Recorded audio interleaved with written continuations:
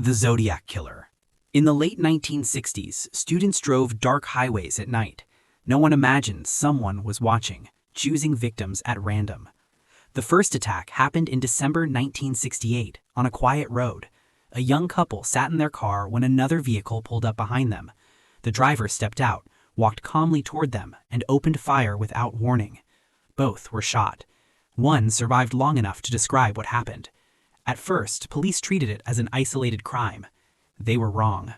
Months later, another couple was attacked at Lake Berryessa. This time, the killer approached them in daylight, wearing a black hood with a white cross symbol. He spoke calmly, tied them up, then stabbed them repeatedly. Before leaving, he wrote on their car door dates, locations, and a symbol. It was a signature. Soon after, newspapers began receiving letters. The writer called himself Zodiac. He included coded messages, mocking police, boasting about murders, and demanding his letters be published on the front page. Some ciphers were cracked. Others remain unsolved to this day. Then he escalated. In San Francisco, he shot a taxi driver in the head and chest, then calmly wiped the cab and walked away. Witnesses saw him leave the scene, but a police miscommunication allowed him to slip past officers searching for a different suspect. Zodiac claimed he had killed 37 people. Police could only confirm 5, though many believe the real number is higher. And then he stopped. No arrest, no confession, no confirmed identity. Mary Bell. In 1968, 2 young boys were found dead in separate incidents, and fear spread quickly through the neighborhoods. At first, adults worried about a dangerous stranger hiding nearby. The killer was Mary Bell, a 10-year-old girl. Mary came from a deeply troubled home marked by neglect and abuse. Teachers had raised concerns about her behavior, but nothing prepared anyone for what police would uncover. After the first child's death, Mary was seen loitering near the scene, asking questions, even writing notes that mocked police and hinted at responsibility. When a second boy was killed, suspicion finally turned toward her. During questioning, Mary showed little understanding of the seriousness of what had happened.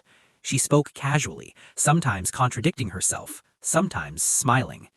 In court, the public watched in disbelief as a child sat accused of murder.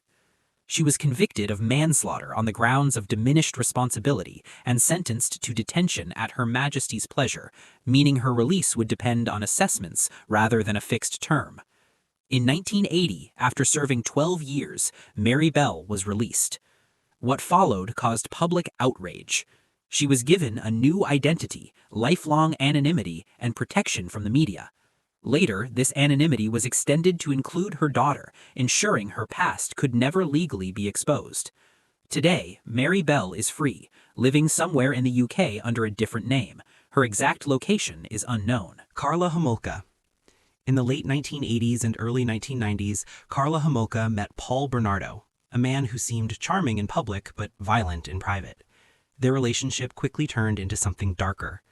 The first murder happened inside their own home.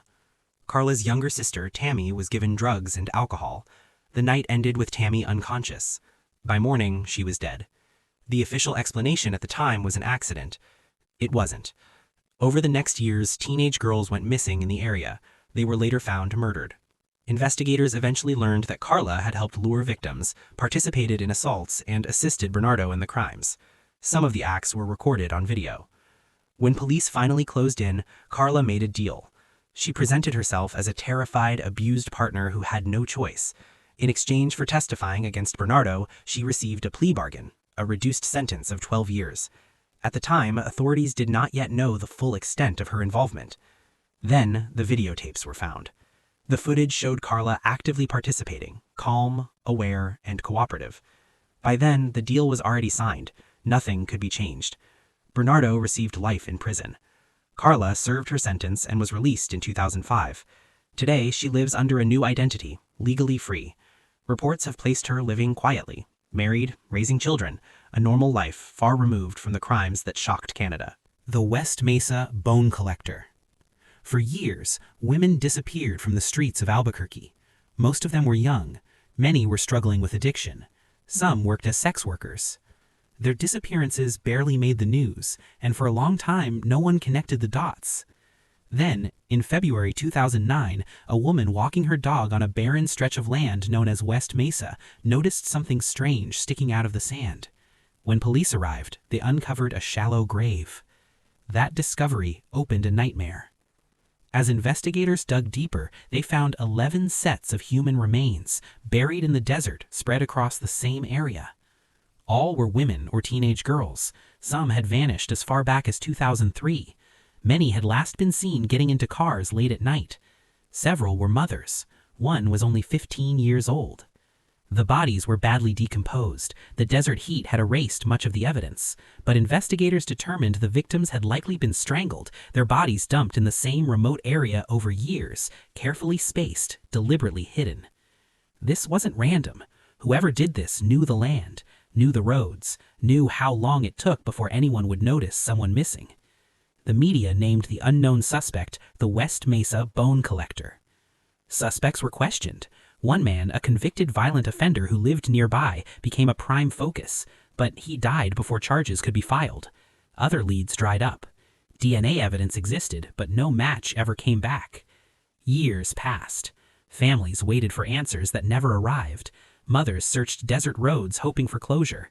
Each anniversary reopened the same wound, that someone who killed at least 11 women had never been identified. Today, the West Mesa remains quiet. The sand has covered the dig sites. Traffic passes nearby every day. Life moved on, but the case did not. The killer was never caught. Arnfinn Nesset. Between 1977 and 1980, patients began dying at unusual times. Many were elderly or disabled, but their deaths didn't feel natural. Some collapsed suddenly after routine care. Others died shortly after Nesset had been alone with them. Staff noticed patterns, but no one wanted to believe a nurse could be responsible. Behind closed doors, Nesset was injecting patients with curare, a powerful muscle-paralyzing drug. It caused victims to suffocate while fully conscious, unable to move or cry for help. The deaths looked like heart failure or natural causes. For years, he went unnoticed. The truth only surfaced when another nurse reported missing medication and suspicious behavior. Police launched a quiet investigation, tracking drug supplies and patient records. Eventually, Nesset was arrested. At first, he denied everything. Then, during interrogation, he confessed. He admitted to killing at least 22 patients. Investigators believe the real number may be higher. In 1983, Arnfinn Nesset was convicted of Norway's largest serial murder case and sentenced to preventative detention, the harshest punishment available at the time. But the story didn't end there. Decades later, Norwegian law changed. Nesset was deemed no longer dangerous.